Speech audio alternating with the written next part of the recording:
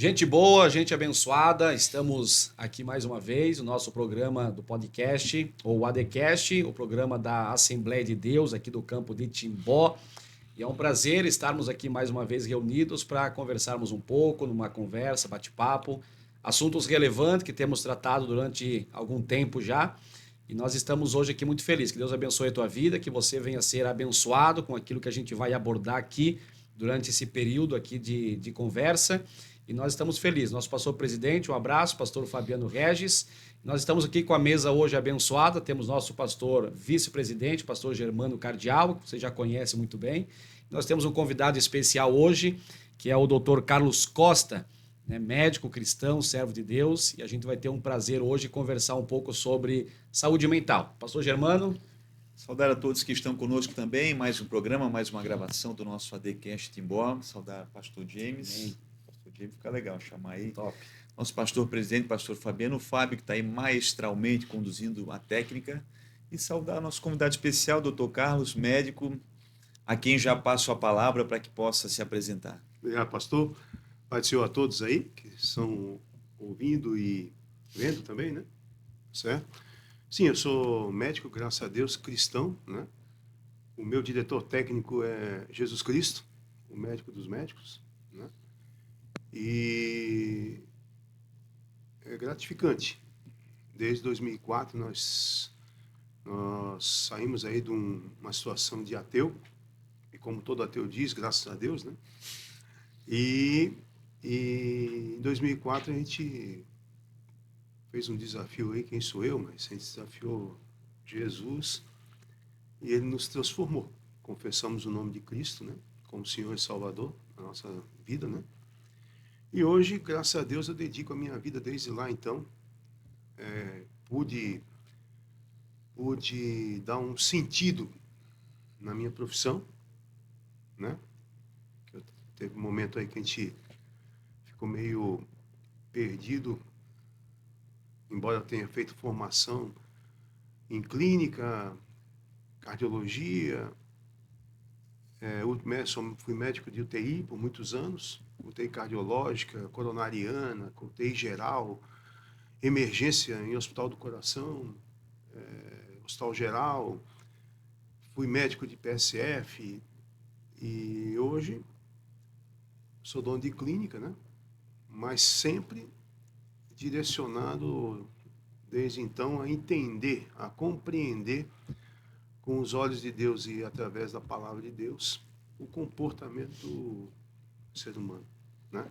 Então, embora tenha formação na área de cardiologia, hoje como médico funcional integrativo, que é a que eu mais me identifico, por tratar o ser humano de uma maneira ampla, né? Não só dividindo, né? Eu sempre fui contra essa divisão de você é cérebro neurologista, cabeça otorrino e médico cirurgião de cabeça e pescoço. Se você quer do tórax até o mediastino, é cardiologista. Se for sair do coração, é pneu. Vai até uma parte do abdômen superior, é com gastro, que vai cuidar do teu fígado, do teu estômago. Daqui para baixo é com prócto, que vai cuidar lá da via de saída, do intestino. Aí nós fatiamos, né? E contrário à Bíblia, que a Bíblia diz que desde o dedinho do pé ao dedo da mão é um corpo só, né? Não adianta ter uma cabeça sem corpo, né? Então nós temos de ter o corpo junto à cabeça, que os membros eles possam se movimentar, andar, pegar, comer através do quê? Do comando central de uma cabeça. Assim como Cristo é a nossa cabeça ela tem que comandar o corpo. Então eu sou médico. Médico, trato cada pessoa ali com respeito, a gente tem que buscar, o ser humano não vai... Teve um camarada que eu escutei uma vez, a gente disse que o médico ele não escolhe, né? Ser médico, ele é escolhido. Por quê? Porque nós somos o mecânico de Deus. Isso me emociona até. Quando eu falo de Deus, me emociona, que é uma coisa que eu gostaria até de fazer mais, né? A gente tem privilégio, como médico, de poder cuidar da máquina mais perfeita da humanidade.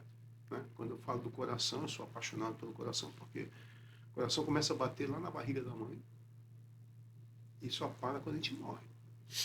Né? Não existe máquina. Se alguém puder ir, algum mecânico aí de carro, tiver alguma máquina, algum carro que fica ligado aí durante 30, 40, 50, 80 anos, 90 anos, com o motor ligado, só reabastecendo, a gente não precisa nem parar para reabastecer, né? Entendeu? A gente pode ficar aí vários dias até sem comer, não façam isso. Mas você não pode deixar de encher o seu carburador com água, né? Porque a água é aqui, a água é vida. E aí a gente vê aquela questão de Cristo diante lá da mulher cananeia, né? Eu vim para te dar água, que tu bebas da água, que dessa água não terá mais sede, né? É samaritana. Mulher samaritana, não cananeia, mulher samaritana. Então acontece, então, o único líquido que você não pode viver é sem água. E o ser humano, nosso espírito, ele não pode viver sem o quê? Sem água. Então a medicina é fantástica. Não tem como você dizer assim, foi geração espontânea, foi Darwin, teoria darwiniana. Não, nada disso. O ser humano foi tocado por Deus. Doutor Carlos, só uma questão, o senhor mencionou ali sobre a questão do ateísmo, né? E o senhor como estuda medicina, é lógico que a gente, como no lado cristão hoje, a gente observa que parece que é mais fácil a gente ter um estudo, estudar na questão da saúde, do corpo, né? E visualizar tanta coisa que Deus fez na sua criação. Como é que o senhor, depois a gente entra na questão emocional ali da saúde mental, mas só para o senhor mencionar como é que foi essa conversão, né, da sua mente, de você, como que você enxergou Deus, como que aconteceu, o que o senhor viu? Eu vi assim, muito interessante isso aí, né? Porque o médico, na verdade, a gente vê tanta coisa, tanta doença, né? Tanto paciente no hospital. Bom, na época que o médico estudava em livros, né? Não sei como é que é hoje, mas na nossa época eram livros com várias páginas e volumes. Então, para nós é o seguinte, a gente só acredita no que está vendo. Né? Quando alguém diz, Deus, na minha época, né? Como que Deus vai deixar o cara morrer desse jeito? Como que Deus vai dar tanta doença? Como que Deus vai permitir que esse camarada tenha isso? Como que Deus permite que uma mulher com filhos, o marido vai lá e dá 30 e poucas facadas, como eu vi na época? Entendeu? Aí você acredita naquilo que você lê, naquilo que você escuta com o teu estetoscópio, o aparelho de pressão, nos exames, entendeu? Uhum. E quando eu confessei a Cristo, foi uma época que eu morava em Fortaleza ainda, fui em Balneário Camboriú, minha mulher estava na igreja, minha mulher era de confissão cristã, tinha ido à igreja no período de férias que nós estávamos aqui, e eu fiquei esperando ela, que eu não queria entrar em igreja nenhuma. Eu era pagodeiro, vi 3 vezes no disco de pagode lá, de um grupo que eu gostava muito. Quando eu estava indo para a quarta vez, eu falei, meu Deus do céu, isso aqui é demais, isso aí é uma conversão da cabeça da pessoa. Estão fazendo a cabeça de todo mundo lá. Era isso que eu tinha ideia, entendeu? Uhum. E fui lá para tirar ela da igreja. Aí eu olhei que tinha muita gente, falei assim, se eu pegar no braço da mulher aqui, ou se eu disser para ela sair, o pessoal vai achar que eu estou brigando, estou maltratando, e vai todo mundo, eu não vou dar conta desse povo todo. Aí aconteceu, eu fui lá para frente, eu escutei o pastor falando, aquele, olha ali, ó, esse cara aí, um dia que eu não for nada na vida, eu vou ser pastor. Vou ganhar dinheiro desses trouxas todos aí. Aí o pai falou uma coisa lá no culto que me tocou, eu olhei pro teto, você tá no lugar sozinho, porque eu não queria estar perto de evangélico, católico que fosse. Eu olhei para cima assim e falei, olha aqui, ó, se tu existe mesmo, esse tal de Jesus aí, eu vou te dar um ano para mudar minha vida. Eu vou lá. Só deu uma provadinha ali. Não, dei uma arrogância mesmo, né? Aí eu fui lá, quando chamou, mas eu fui preparado. Se tivesse alguém lá, meu cunhado estava lá, ele é evangélico, se tocasse no meu ombro, fizesse alguma coisa que quisesse dizer que eu ia cair, porque eu ouvia muito falar, né, quando algumas igrejas eu fiquei lá preparado. Aí quando terminou lá o negócio da oração, o camarada botou a mão assim, eu já me armei. Ele assim, não é nada, eu só queria pegar o seu. Não, meu amigo, eu não sou nem daqui. Pensei que era meu cunhado. Eu falei, não sou nem daqui, eu moro em Fortaleza. Não, mas vamos pegar a sua. Rapaz, eu dei meu endereço, fui embora. E no dia lá que a Débora, minha esposa, chegou e falou assim: Carlos, já que você foi para a igreja ali, vamos comigo na igreja, fica ali do lado. Do lado do prédio, entendeu? Eu não vou contar os detalhes, mas assim, fui. Eu tinha dito uma coisa lá para ela, que na verdade apareceu. Falei, tá vendo? Ó, isso é tudo picareta, rapaz. Você acredita? Eu fui lá e tal. Não, mas. E fiquei. Até um dia que o pastor chegou e foi lá falar, eu fui nesse culto aí, um culto. O pastor falou tanta coisa, eu cheguei, esperei todo mundo sair e falei, olha, por que você está falando de mim, da minha vida aí pro povo, pô? Minha mulher te falou alguma coisa? Vem e fala para mim, então. Falou assim, olha, você pode ser médico, você pode o que quiser que for. Mas você acha que é fazer um culto para ti? Se você acha, ou achou, ou está achando que eu direcionei a você, faz o seguinte, foi Deus que falou contigo, pega a Bíblia e vai ler. E, como eu sou um camarada, ainda sou até hoje, com a característica de um pouco de Tomé, de ler para crer, eu fui ler. Cada vez que eu lia, o texto falava comigo, entendeu? E aí passei a ver coisas e a exercer algumas coisas dentro da medicina que eu via assim que era só o poder de Deus, entendeu? Pessoas que estavam já, eu como médico tinha uma senhora uma época, nunca esqueci disso aí, no hospital lá em Fortaleza particular, que ela estava já preparada para, todo mundo já tinha tirado as medicações, tudo, falou assim, olha, ela vai, isso é dias para morrer. E aí aconteceu, eu cheguei e falei, eu vou orar. Não tem nada a perder, eu tenho que desafiar, era um desafio para mim. Então, já que tu é Deus, e fui orar. Na mulher. E essa senhora melhorou. Sem medicação nenhuma mais. A gente já estava deixando no respirador só no modo que houvesse o comando, né, da própria pessoa. A gente diz que não é causar eutanásia, a gente chama isso aí de tirar as medicações para ver se existe a evolução do paciente, deixar as coisas acontecerem naturalmente. E essa mulher começou a melhorar, o monitor começou a mudar. E no final do meu plantão eu estava tirando o tubo da paciente. Olha só. Entendeu? E dali para frente eu pensei, cara, tem alguma coisa diferente. Eu ainda não estava, eu era novo na fé, né? A gente chama de nécio, né? Na fé. E aí eu fui construindo a minha vida, querendo entender isso daí. Porque o médico é difícil, né? Eu tenho que entender, eu tenho que buscar a compreensão das coisas, entendeu? E eu fui lendo mais a Bíblia, fui buscando mais, conversando com pastores, vendo situações dentro do meu dia a dia como médico, entendeu? Percebendo situações. Então, o que acontece? E aí, com isso, eu posso dizer, resumindo tudo, eu não acho que Deus existe. Eu tenho convicção que Deus existe. Mas, se as coisas dão certo ou dão erradas, vai depender das nossas escolhas. Deus não escolhe. Ele te dá o livre-arbítrio como está na Escritura. E, infelizmente, eu, como muitas pessoas que estão aí ouvindo, sejam crentes católicos, o que for, de qualquer religião, muitas vezes penso que foi Deus que indicou, foi o Espírito Santo que encaminhou, foi a entidade que encaminhou, mas não, às vezes é a força do ser humano que atravessa o tempo de Deus, entendeu? E foi numa desses atropelos que eu acabei indo parar em Timbó. Tá entendendo? Já 8 anos. Não, de Timbó já tem mais, desde 2013, 13 anos já. Eu não gosto muito do 13, mas... Não, mas 12 mais 1. Pastor Germano, tem pergunta aí? Vamos abrir então aí Só um para espaço sobre saúde. emendar só uma. Eu já conversei com o senhor e então, acho que é muito. O senhor, para sair de Fortaleza, recebeu uma direção de Deus. Foi. Recebi uma direção de Deus. E confesso que quando cheguei em Santa Catarina, quando foi num outro país, isso daí, que ao chegar no Brasil, em pouco tempo eu estaria, logo eu estaria mudando de Fortaleza.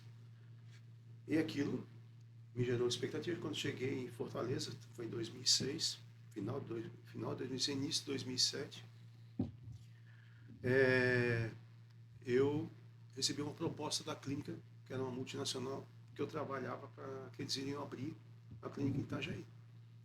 Eu dizia para minha mulher que para voltar para Santa Catarina nós tínhamos que fazer alguma coisa muito diferente, na nossa cidade principalmente. E aconteceu. Entendeu?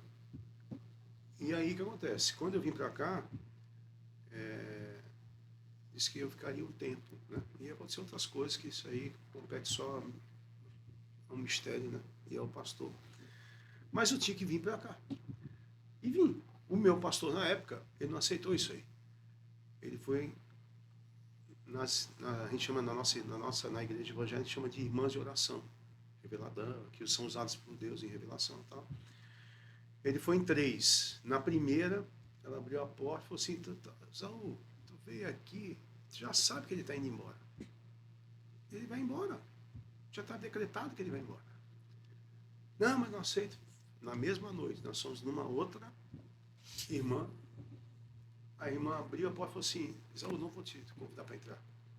Porque ele já passou noutra irmã. E ela disse que ele não estaria aqui mais. Ele não vai ficar. Mesmo você fala tudo bem, ele não vai ficar. E na última, a irmã nem abriu a porta, gritou lá de dentro. Esaú, vai-te embora. Tu já recebeu a resposta. E eu vim. Entendeu? Eu estou há 13 anos esperando o final da promessa. Entendeu? Glória a Deus, né? Ouviu a voz, fez você sair de lá, como Abraão ouviu, e agora está. Aí posso dizer por convicção, tá? E vou dizer para vocês por convicção e quero que muitos ouçam, porque muitos podem mudar de vida. Tá? Deus me deu a graça de aqui em Timbó eu ter exercido a minha profissão, estou exercendo a minha profissão com dignidade, tenho uma clínica conhecida, respeitada, sou um médico, acredito, que tenha uma aceitação boa da população, mas uma coisa eu posso dizer para vocês, não é o que eu quero ainda. Eu estou esperando o chamado de Deus ainda. O que foi prometido lá em Portugal. Entendeu? Sim. Então a clínica pode, ela é maravilhosa, abençoa todo dia aquela Seria clínica. por um tempo, o senhor está esperando ainda até algo? hoje. E eu só fiz esta clínica, eu não, né? Deus me ajudou, eu me esforcei, a gente tem que se esforçar para fazer. Porque eu acredito que é um meio.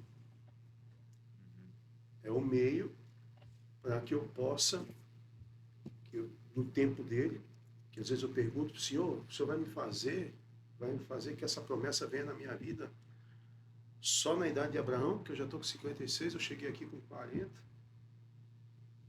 já estou com 56, cheguei em Santa Catarina em 2007. Estou esperando. Vocês podem ter certeza, e cada um que está escutando isso, veja bem, eu posso ter, e não vou parar de fazer, a maior clínica do estado até, que a gente pensa já em abrir filial. Mas vou dizer para vocês, eu posso ter todas as clínicas no Brasil, mas se eu não tiver essa promessa, que eu acreditei estar vindo para Santa Catarina, em tudo que aconteceu na minha vida ali, das 3 irmãs, e aquela que nem abriu a porta, e não existia o WhatsApp ainda, era aquele celular de tijolo, estava migrando. Só ligação. Então o que acontece? E as irmãzinhas tadinhas não tinham que ir para isso. Tá? Porque Deus usa as pessoas, não precisa ser estudo, nada. São abençoadas, já estão com Deus. Então assim, se eu não atingir isso, vocês podem ter certeza. Quando Deus me levar, eu vou questionar. Porque Ele sabe que eu sou pior que Pedro. Entendeu? Então, a clínica, não vou dizer o nome, porque eu não quero que ninguém não precisa saber, né? Tem vários colegas aí, eu sou muito ético. Mas assim, a minha clínica pode ser a maior do estado um dia. E vai ser. Mas eu vou dizer uma coisa para vocês. Eu quero a promessa de Deus na minha vida. e não é a clínica. A clínica é o meio. Vai olhar hoje para a Deus Bíblia, conhece seu coração. vai olhar para a Bíblia, os discípulos estavam numa posição até Jesus chamar, né? Eles eram pescadores, mas não de peixe, né? De homens, né? Mas estavam exercendo uma função até certo tempo, né? Tanto é que depois da ressurreição de Jesus, Pedro e os demais ali vão voltar para aquela antiga vida, né? E Jesus, ele reaparece lá dizendo, não é para isso, né? Então existe nós cremos, né? Se Deus fez a promessa, Deus ele é fiel para cumprir. Eu custei entrar nesse negócio. Eu sabia disso. Mas quando eu entro numa coisa, não é para perder. Eu custei acreditar. O senhor é italiano, né? Italiano, alemão, depois que entra no... Entendeu? Mas eu quero que vocês saibam que o cristão, ele tem que ser o melhor no que ele faz. Quando eu li a Bíblia e conheci a Cristo, e leio, e releio, eu vou dizer com vocês. Se eu já era acostumado a ler rodapé de livro, para ser o médico mais chato na UTI que eu trabalhava, para bater de frente com alguns camaradas que na nossa profissão, e todas as profissões têm, arrogante, prepotente e tal, eu também fui arrogante, prepotente. Eu vou dizer uma coisa para você, que é cristão, seja você católico ou evangélico, tá? Você tem que ser excelência, referência, estudar, ler, fazer as coisas. Onde você estiver, você tem que ser o melhor. Por quê? Vou buscar o seu melhor. Porque você é visado, filho. E você só pode ser escolhido para Deus, para alguma coisa, para evangelizar, para isso, para aquilo, se você é referência. A referência de cristão, o que é? É ter o melhor conhecimento, é buscar conhecimento, é fazer melhor as suas coisas. Para quê? Porque você não precisa dizer, na Bíblia diz que você não precisa falar muito. É pela nossa, como é que chama? Pelo nosso, pelo testemunho. Pelo nosso testemunho, exatamente. Entendeu? E é uma das coisas que vem levar muito cristão a ter problema de saúde mental. Tá entendendo? Por quê? Porque quando você não pode deixar a religiosidade entrar na sua vida. Quando você entra a religiosidade na sua vida, você diz que tal negócio, isso aqui é de Deus. Existem umas palavras, né, no meio evangélico e cristão também, até na igreja católica, são assim, é de Deus. Quando é bênção é de Deus. Quando não é, isso não é de Deus. Mas às vezes você não é de Deus, como, filho? O que você fez? Né? Para que isso aí fosse uma bênção. Às vezes a gente recebe uma bênção e vira uma maldição. E aí o que acontece? A gente começa a ficar ansioso, essa ansiedade leva à depressão, expectativas. Eu vou gerar expectativa na salvação do meu filho. Vou lá, fazer isso, fazer aquilo, e demora. Isso é só um exemplo que eu estou dando. Entendeu? E aí acontece, demora, e a ansiedade, e acabar questionando até. Será que Deus existe? Senhor, o que eu estou fazendo? O que é isso? Aí começa a murmurar, entendeu? Começa a falar, xingar, palavrão, entendeu? Se antes fala assim, meu Deus, meu filho, Deus te abençoe. Meu filho, que benção. Daqui a pouco fica tão triste que daqui a pouco fala assim, esse maldito aí. Isso aí é o filho do cão, né, meu filho? Eu já vi. Entendeu? Vai trazer o quê? Maldição. Ele está profetizando sobre a vida do filho e do cônjuge. Do cônjuge, do filho. Eu conheci uma serva de Deus que o filho mergulhado no pecado no nível hard, como a gente costuma dizer, né? Morava numa cidade grande e ele me contou, depois que eu participei do discipulado da esposa dele. E aí a mãe dele ligava para ele, uma santa mulher de Deus. Meu filho, tu és uma bênção. E começava a profetizar sobre a vida dele. Deus vai te dar isso, vai fazer isso com ele. Para, mãe, para com esse tal. Ao invés de amaldiçoar, né, ele justamente lançava palavras de bênção e profetizava sobre a vida dele. Onde ele está hoje, com a vida completamente restaurada, família ajustada e tudo mais, é uma bênção hoje. É uma influência, né? Me lembrou assim a sua palavra, né, no sentido de amaldiçoar ou de abençoar, né? Como pai, como mãe, né? Doutor Carlos, mas vamos lá, que o assunto é muito bom, né? A gente vai puxando um assunto do outro, mas a gente até conversou em off sobre esse tema da saúde mental, né? Que o senhor já foi falando alguma coisa, a gente só vai emendando aqui. Fatores que podem causar saúde mental, alguma coisa que você já falou, mas eu sei que o assunto é abrangente e desdobra para muitas outras coisas. Né? Fatores que podem causar problemas de saúde mental e hábitos que podem prevenir. Né? E eu já emendo numa terceira pergunta para gente, quem sabe, falar. E a fé, né? E a fé nessa questão toda. Então, fatores que podem causar problemas de saúde mental e hábitos que podem prevenir, para a gente começar. Sim, a saúde mental tá, hoje, atualmente, ela é a quinta causa de morte no mundo, não é só no Brasil, né? São vários casos, depois que houve essa a pandemia também, a questão de clausurar as pessoas, tal, elas, isso foi aumentando. O uso do celular, né? O celular também fez que antigamente, na nossa época, na minha época que eu sou da geração X, a gente resolvia qualquer intriga no final da aula Aula. ou no intervalo, né? A gente não ficava discutindo por WhatsApp, entendeu? Então, o que acontece? A rapidez com que a gente é cobrado antigamente a gente esperava no Brasil, e se você fosse esperar atualização na medicina, por livros no Brasil, você esperaria, se na Europa, nos Estados Unidos ou na América, de maneira geral, tinha uma nova diretriz sobre uma doença, seja no coração, o que quer que seja, para chegar no Brasil e ser editado em português, levava de 5 a 10 anos. Hoje a gente tem a edição no aplicativo da Sociedade Europeia de Cardiologia, da American Heart, da Sociedade Brasileira, entendeu? Então isso, essa montanha de informação rápida, acaba fazendo o quê? Com que a pessoa gere ansiedade de produtividade. Às vezes a expectativa, a pessoa que não está lidando no comércio, no mercado, na indústria, ou como empresário, a pessoa que do dia a dia, a mãe de família, a irmãzinha lá que vai para a igreja, a pessoa que não tem essa expertise, mas, por exemplo, usa o celular para se comunicar com o filho. Recebe uma notícia que o governo vai gerar um abono para aposentadoria, entendeu? Às vezes a pessoa já faz a compra antes de ser aprovado. São ansiedades, geram expectativas. A expectativa, ela pode gerar, de acontecer, ela gera ansiedade, e ela gera ansiedade, ela vai gerar o quê? Frustração. E a frustração pode levar ao quê? Depressão. Certo? E a ansiedade, quando eu vou dormir, a gente tinha conversado em off aqui sobre sono. Vamos supor que eu dormia 10 horas e trabalho no primeiro turno, é isso? Sim. Que é Das 5 horas.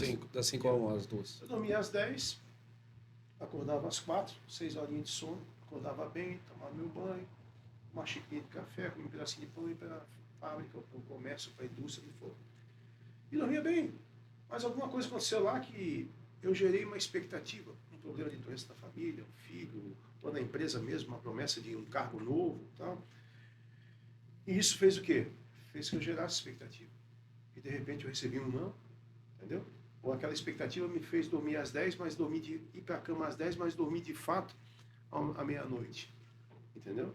Aí quando eu pego sono à meia-noite, eu vou acordar para urinar 1 da manhã. Aí quando eu volto para a cama, eu já fico pensando, será que vai ser hoje que eu vou ser chamado? Será que vai ser hoje? Entendeu? Foge o sono. Foge o sono. Entendeu?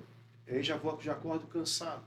Aí esse cansaço, aquele café que fazia bem, a disposição, eu já tenho que tomar 2, 3 xícaras para ficar mais, vou tomar 2 para ficar mais acordado, mais disposto. Aí já que acontece, o café às vezes ele também causa uma certa inibição do apetite. Entendeu? Para quem é muito ansioso. Ou então come demais.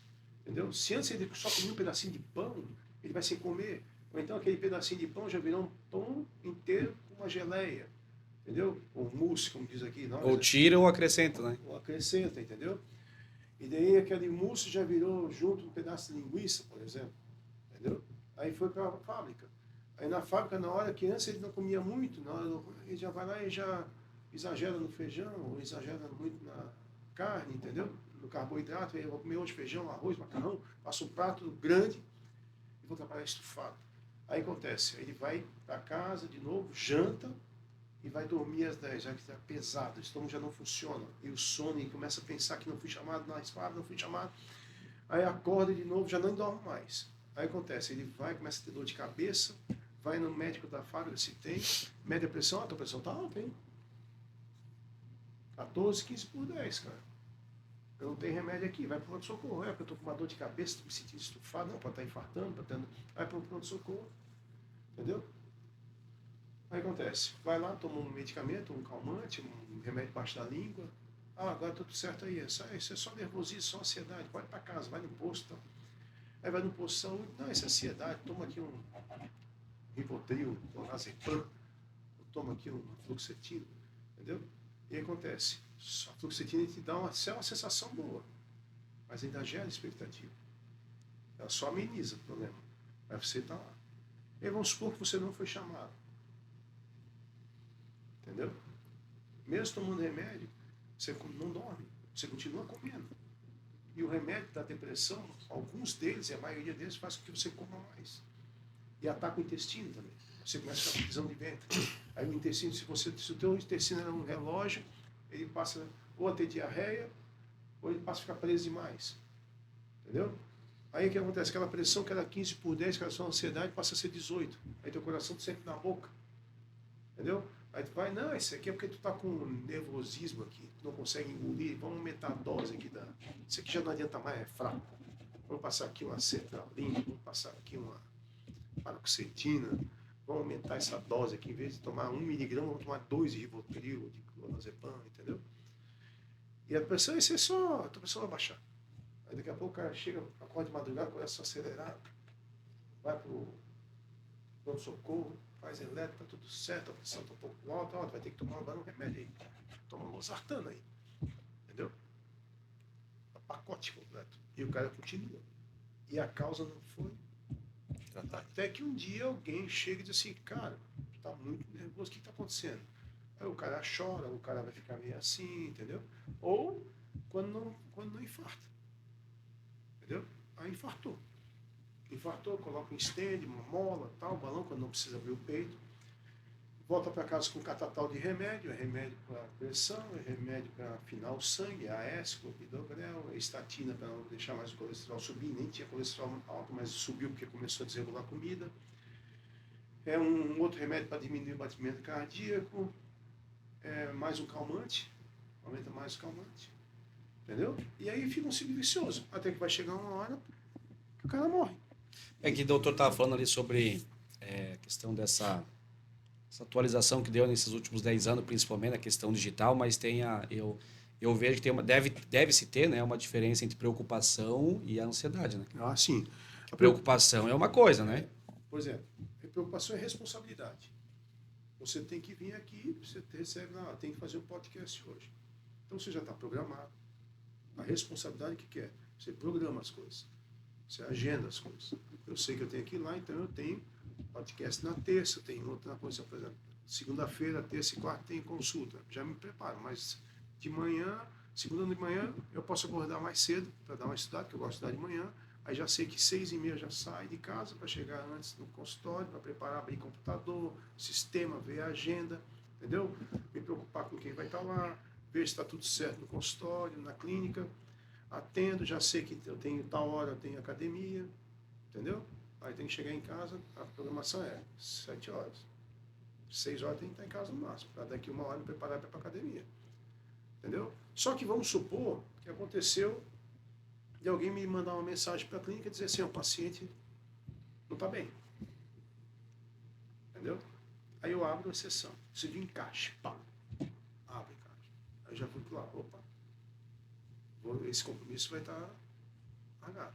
Só que eu começo a fazer o seguinte, na terça-feira eu também abro sessão. Na quarta eu abro sessão.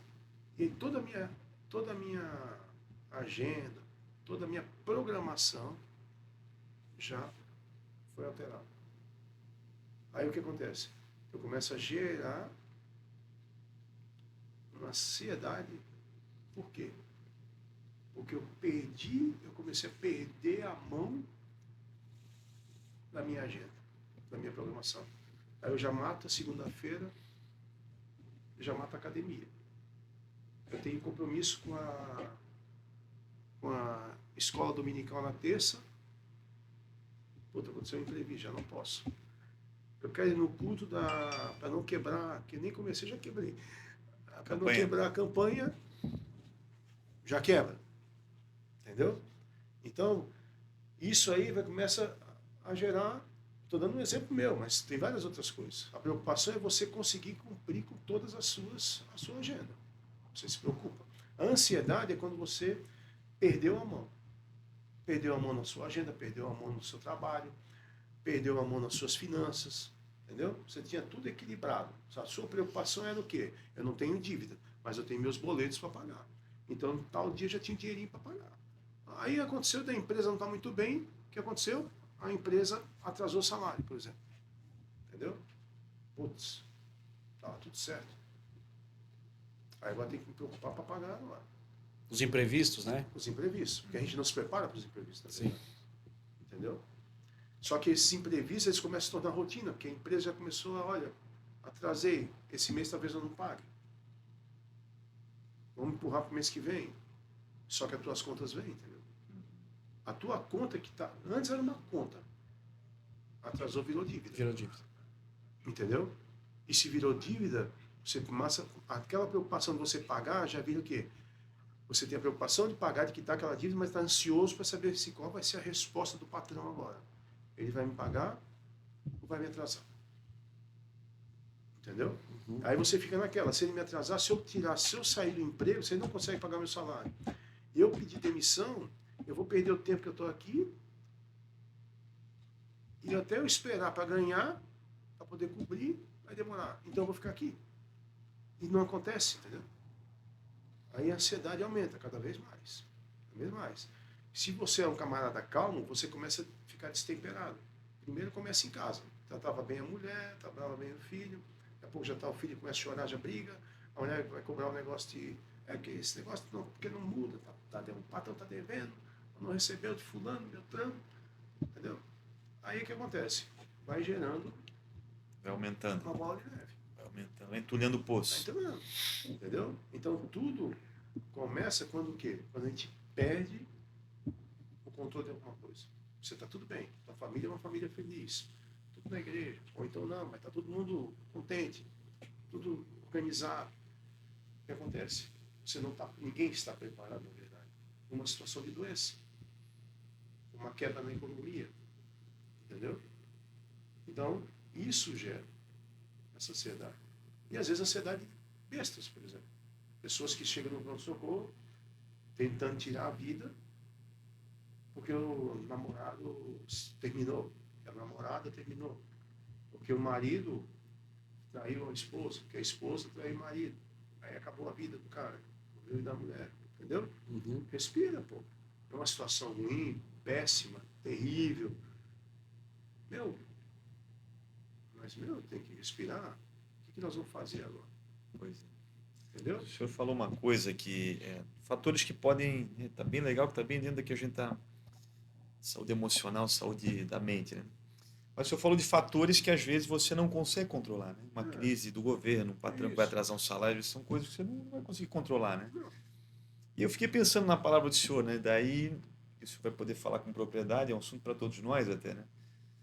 Mas aí entra a prática da fé, né?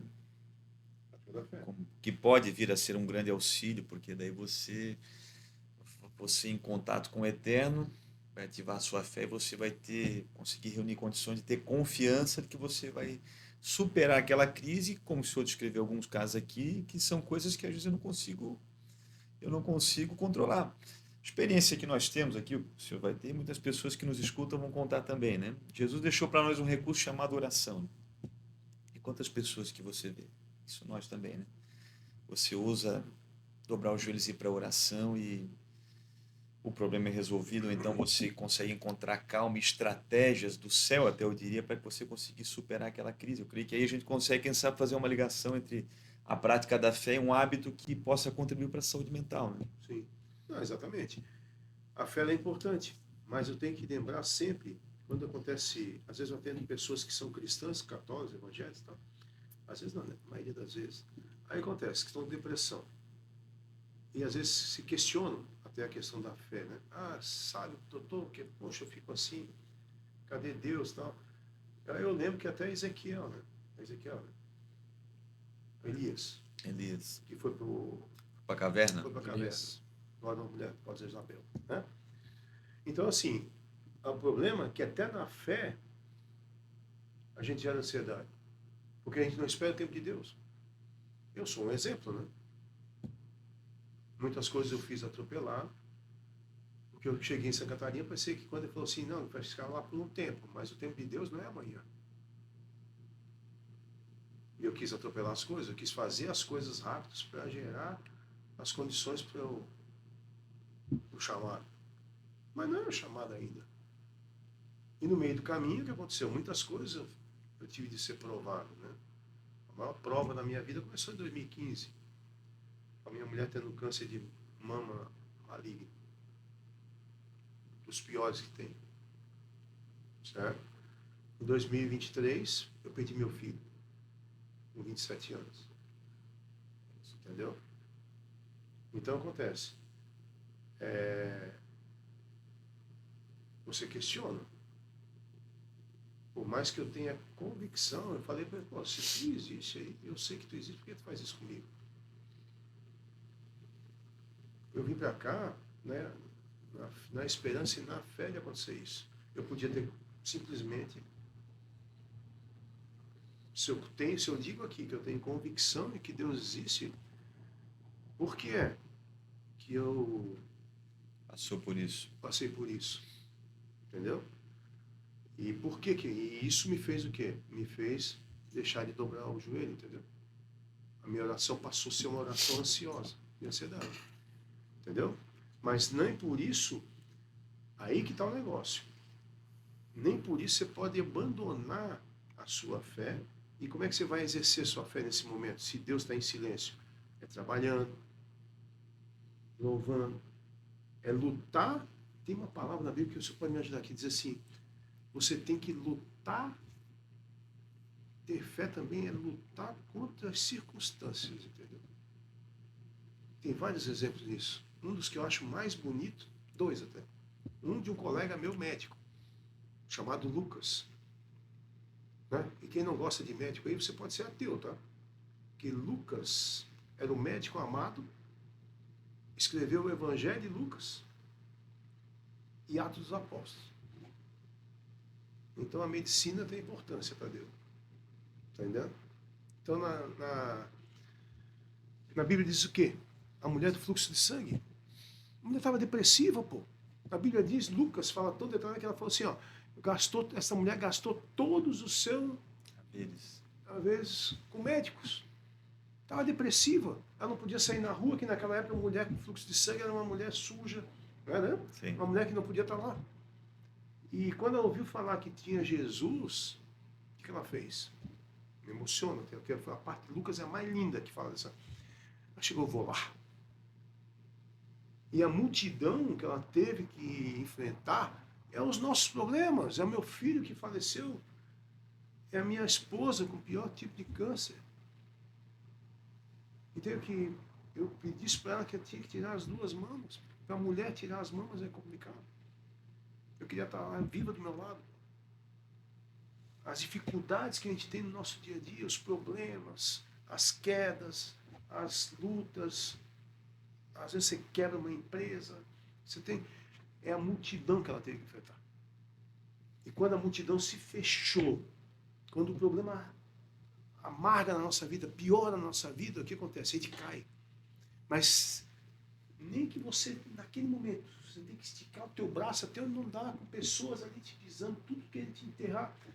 Você toca na ponta do manto de Cristo. Aí é fogo. Cara, vocês me perdoem. Meu Deus. Mas a hora que Cristo para você ver como Ele te ama. Os caras chegam assim, os discípulos, as pessoas incrédulas, as pessoas do nosso dia a dia que dizem para você desistir, que você não vai conseguir voltar, que você não vai vencer aquela doença, aquela dor. Diz assim para ele, Senhor, por que tu paraste? Tem tanta guerra no mundo, tem tantos problemas no mundo, por que tu parou? Todo mundo está te tocando nessa multidão. Tem muita gente aí. Tem problemas maiores, né? Entendeu? Aí, meu amigo, Jesus fala assim,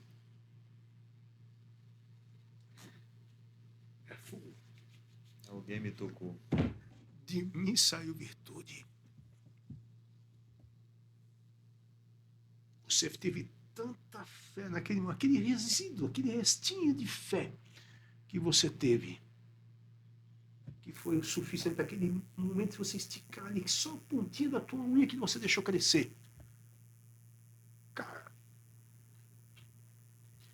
olha, bichão, é nesse momento que nem que você chegue e vai deitar, botar a cabeça no teu travesseiro, que você não consegue ajoelhar, você diz, Senhor, não tenho mais força.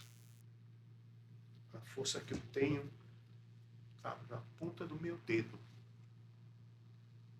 Eu espero ter tocado a ponta do teu manto, porque eu já não aguento mais. Perdi meu filho, minha mulher ficou doente, tive problemas com o sócio, com isso, com aquilo, mas eu estou aqui.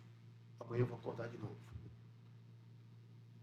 Porque eu perdi a batalha, mas não perdi a guerra.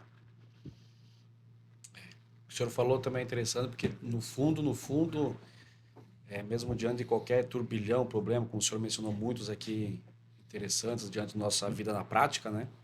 Se a gente quiser, a gente tem força, né? Nem seja como o senhor mencionou, eu achei interessante, né? Aquela pontinha de unha que cresceu, né? Aquele detalhezinho que você deixou passar durante a semana na sua, né? Na manicure lá foi o que te deu o alcance para você encontrar em Jesus, né? Eu gosto de uma expressão muito, eu volto e meio, eu estou usando quase na sexta-feira da igreja ali, que é a Sexta da Esperança, que o profeta Jeremias ele usa. E isso talvez seria para nós usar na prática, quando nós estamos nesse acúmulo, no caos, nas circunstâncias, nos abalos emocionais, trazer a mente, né? Jeremias usa no livro de Lamentações 3, 21, 22, traga à mente aquilo que te traz esperança. Deus. Então, isso fala o quê? Quando você está no limite, aí você tem, né? Tem um pouco de esperança, tem aquela fagulha de fé, e a gente está falando justamente sobre isso, né? Pessoas que chegam, como já chegaram para o senhor, de tirar a vida, não tem, né? Tem aquele detalhezinho lá que você pode olhar para o alto e saber que o teu socorro está lá, né? Então isso é importante. O seu testemunho é o Hebreus 11, eu vou lembrar o versículo que diz que da fraqueza tiraram forças, né? Doutor, fico imaginando que hoje, na sua atividade profissional, tudo que o senhor viveu, a sua prática, o seu testemunho, hoje auxilia também para, imagino que até para motivar pessoas, né? Todo dia que eu acordo, desde que eu confessei a Cristo, eu vou dizer uma coisa para vocês. Desde que eu acordo, eu digo assim, Senhor, não é por mim, é pelas pessoas que precisam de mim. E, através de mim, vão poder enxergar o Senhor. Então, me usa hoje.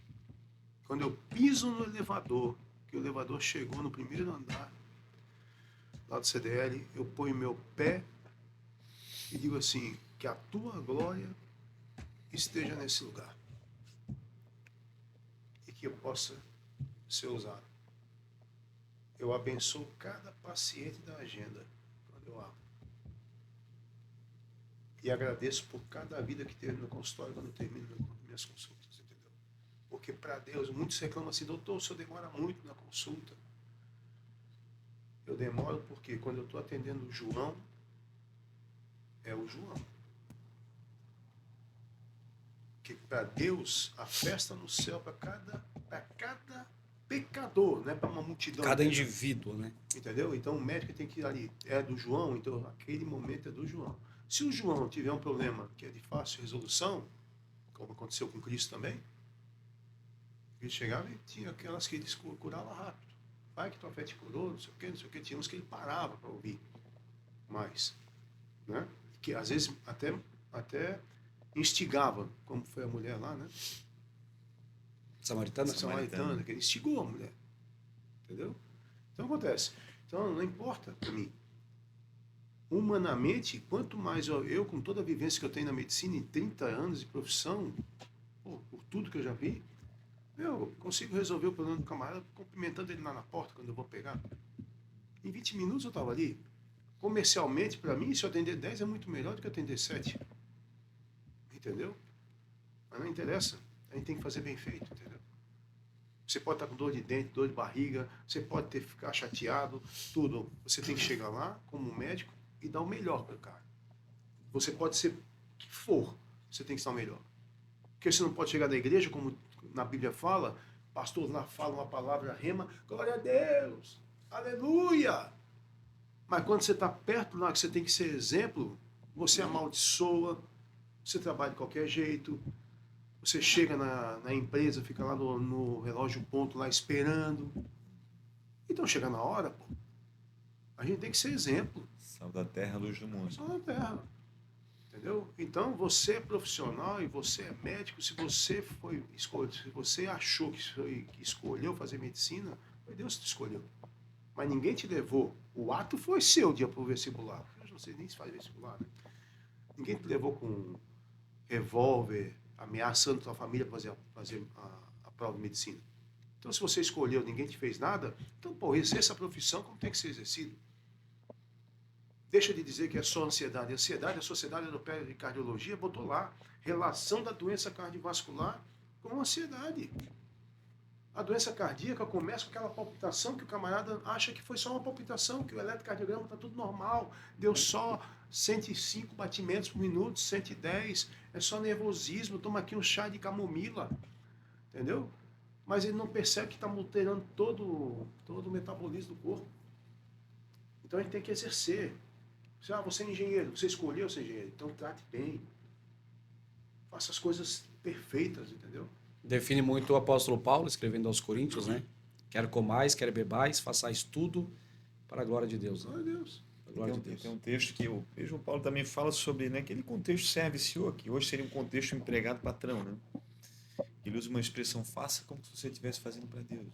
Exatamente. Existe uma questão de testemunho no contexto ali. Honrando o patrão, Né? O apóstolo Paulo se preocupava com isso, né? Com a tarefa de evangelização, por isso você vai ser luz no ambiente que você está ali. Né? Seja qual for a atividade que você vai exercer. A gente às vezes vai orar nos hospitais, agora eu vou orar mais ainda nessa. E aí tu tá ali orando, a pessoa às vezes está no soro, está no medicamento e tal. A gente vai quase toda semana no hospital, porque os irmãos às vezes solicitam. E a gente faz uma oração, Senhor, abençoe e tal, e oramos e intercedemos pela saúde. E sempre um hábito meu menciona assim, Senhor, a medicina é uma dádiva do céu. E é mesmo, né? Que é uma coisa assim que você está ali com recurso, naquela hora a pessoa muito fragilizada na saúde, ela conta com aquela ajuda. Né? E se você pega, o senhor está falando isso, né? Por isso que eu falei isso, um profissional que é atencioso e que faz com amor, que exerce com amor a sua atividade, aquilo conta muito no momento de fragilidade como aquele. E a gente tem que estudar para isso. É vida, pô. Eu me sinto honrado hoje, desde a época lá, né? Eu entendo, né? Você, poxa, às vezes eu me paro até hoje, depois de tantos anos, pensando, cara, eu tenho a honra de atender, né? Uma máquina tão perfeita, né? Eu faço eco há muito tempo, cardiograma. Cada vez que eu faço para ver a doença, mas eu faço para admirar a obra de Deus naquele coração. O coração é perfeito. Entendeu? Nós causamos o problema, são nossas escolhas. A ansiedade nada mais é do que as nossas escolhas. Entendeu? A mãe, o pai, o pastor, o padre diz assim, não casa com essa mulher. Não casa com esse homem. A pessoa vai lá e casa. Todo mundo viu que era tranqueira. Começa a sofrer no casamento. Aí põe a culpa em Deus? O senhor, voltando um pouquinho para a medicina, o senhor tocou num assunto antes. Faltam poucos minutos, ajuda aí, Jana, que eu não consigo. O senhor falou sobre o sono antes, é uma curiosidade minha, né? O senhor deu exemplo ali, então 6 horas de sono bem dormidas são suficientes. Se eu dormir 5 horas bem dormidas... É a questão do sono profundo que se fala e tudo mais. O sono tem que pegar o seguinte, o importante do sono é o seguinte, meia-noite até as 3 da manhã, que é a hora que os hormônios são produzidos. Então, uma regra bem cortisol tá importante. Então, meia-noite tem que estar dormindo.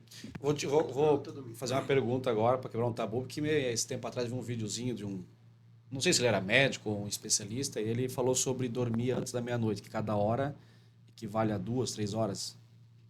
Isso é... Não, não. Olha, existem várias vertentes. Eu gosto de ver o que a fisiologia e bioquímica fala. O hormônio é produzido da meia-noite às 3. O pico dos hormônios às 3 horas da manhã. Entendeu? 3 horas. Então, dormiu da meia-noite bem até as 5 da manhã, show de bola. Entendeu? Quem trabalha no primeiro horário, entendeu? Ele tem comprometido essa produção hormonal. Certo? Então, quando chegar em casa, eu até recomendo que antes de comer alguma coisa, vai dormir, pô. Estômago vazio. Dormir com o estômago Dormir. vazio. Para quê? Para que haja uma mudança no ciclo circadiano. Porque se eu vou comer durante o dia e já vou para a cama, eu não vou ter um metabolismo adequado. Eu vou acordar mal. E com o tempo eu vou causar problemas de intestino, estômago, alterar a pressão. Mesma coisa o camarada vai dormir à noite. Tudo que você for fazer para ter qualidade de sono, você tem que fazer até as 7h30 da noite. Entendeu? Você janta, quero fazer academia. Você pode ir ao horário que você quiser, mas quem puder, faça até as 7h30. Vou comer, que hora você vai dormir? 10 horas? Então coma até as 8 horas. Entendeu? Deu 5 horas da tarde, não toma mais café. Essa palavra é para os isso pastores aí que saem Entendeu? do culto às 9 horas, Fábio. Às 21 horas e dá uma fome, tem que se E é incrível, né? É controle. incrível, né? Isso, eu acho que isso até entra uma questão, acho que mental, né? A gente botou na cabeça que dá fome depois do culto, É né? verdade. E aí você... Eu saio, isso é um problema meu, né? Eu tomo café sagrado, 5 horas, 5h30 é o café da família e tal. Aí a gente já se prepara para ir pro culto, chega do culto, a gente chega faminto. Não ficamos 2 horas sem comer. Mas é uma coisa, eu acho, talvez isso mesmo, mental da pessoa. Eu acho que a gente alimentou isso e o organismo acabou se acostumando também, né? Se você chega às 9 horas, vai lá e come, vai comer, vai dar aquele sono natural por causa da digestão, aumenta a circulação no intestino, diminui no cérebro, por isso é aquela sonolência, né? Aí se for comer isso aí à noite, comeu e encheu bem, né? Normalmente... A gente come para encher bem, né? Encher bem, entendeu? E não vai ser aquela comidinha saudável, né? Ou vai para uma pizzaria, ou vai para um negócio, ou vai comer uma coisa em casa lá, que o almoço lá estava bom, aproveita e comer ali. Aí acontece, vai dormir, ninguém vai dormir, se vai sair do culto às 9, até chegar em casa, comer, vai terminar de comer lá por umas 11 horas. Eu meia-noite eu como. Meia-noite. Aí de meia-noite já vai para a cama, ferrou, porque você está no processo de digestão. Além de tarde, tu acaba tendo um processo de... Exatamente. Acaba então dois tem fatores. que ter 2 horas, um intervalo de 2 horas para digestão. Entendeu? Então comeu às 8, vai dormir depois das 10. Entendi, interessante. Entendeu? Comeu às 9, vai dormir depois das 11. E nunca sobrecarregar. A janta tem um ditado popular que eu já escutei quando era pequeno. Para encerrar aqui a minha fala. Café da manhã de rei, almoço ou de rainha, almoço de príncipe ou de princesa e janta de mendigo. Tá entendendo? Entendi. Eu acho que todo mundo que vai ver isso aí vai entender, né? Vai entender. Maravilha, nós estamos aí, vamos ter que já estar encerrando e vamos entrar em mais assunto, né? Para nós não esticar muito, mas provavelmente não vai ser o último, né? A gente vai tem que voltar aqui, né? Provavelmente vai ter muita gente que eu tenho recebido, né? Agora a gente ficou 2 semanas, né? Sem fazer programa, mas nos últimos aqui muitas pessoas têm mandado, né? Mensagem que têm visto, têm ouvido, né? E eu creio que muitas pessoas têm colocado em prática, né? Não vou dizer que todo mundo, não vou dizer que são milhões e milhares de pessoas, mas eu já me sinto satisfeito de saber que 1 ou 2, 3, 4 indiferentes de pessoas colocam em prática aquilo que houve aqui, né? Então, nós temos certeza, né, pastor Germano, que não vai ser o último. Daqui a um mês, mais ou menos, a gente volta de novo. Eu sei que muita gente vai querer continuar aí esse papo aí abençoado. Deus abençoe, pastor, doutor. Mas, já saiu aqui, já saiu, então Deus sabe. Tudo, barra doutor. Deus abençoe, pastor Germano, a você, nosso ouvinte. Vou deixar aqui uma palavra aqui para o nosso pastor Germano de encerramento. Depois, o doutor, também uma palavra aí de aconselhamento, de consolo, aí, aquilo que o senhor quiser. Agradecimento, James, pastor James, Fábio, doutor Carlos, que conversa prazerosa seu testemunho e tudo que a gente aprendeu aqui. Deixo a palavra para o senhor, então, de encerramento. Não, que todos, assim, saibam o seguinte: a medicina ela é muito importante para o ser humano. Mas quando a medicina diz não, filho, você pode ter certeza, para qualquer dificuldade que você tenha, o médico dos médicos está sempre ali esperando para tomar as rédeas do teu destino. Aquilo foi traçado. O milagre existe, mas o milagre nunca vai ser somente para você. Deus vai agir na tua vida para que através de você, do teu milagre, aquela pessoa que como eu era ateu ou não tá com os joelhos cambaleantes, elas vejam a glória de Deus na tua vida, tá? Nunca se pergunte por que está passando, mas para que eu estou passando. Glória É isso aí, Deus abençoe a todos. Uma semana abençoada, um fim de semana abençoado, e que toda a tua ansiedade, toda a tua tristeza, toda a tua amargura, olha, que Deus venha levar para longe, e que tu fique sempre na direção de Deus. E você que ainda não confessou o nome de Cristo, tem dúvida sobre como chegar a Deus, é só chegar a Deus, não. Para marcar consulta comigo, tem que ligar para a clínica, tem que esperar o horário da agenda, tudo. Tem uma forma de agir para atender com o médico. Para você chegar e ter a certeza da vida eterna, de ter o mesmo pensamento com Deus, você tem que passar por quem? Por Jesus Cristo. Ele é o caminho. Doutor JC. É o caminho, a verdade e a vida. Amém? Amém. Gente, Deus abençoe, abraço para todos vocês. Resumo aí do nosso podcast: cuidar da mente, cuidar do corpo é um dever também espiritual. Um abraço para todos em nome de Jesus e até o próximo programa, se assim Deus quiser.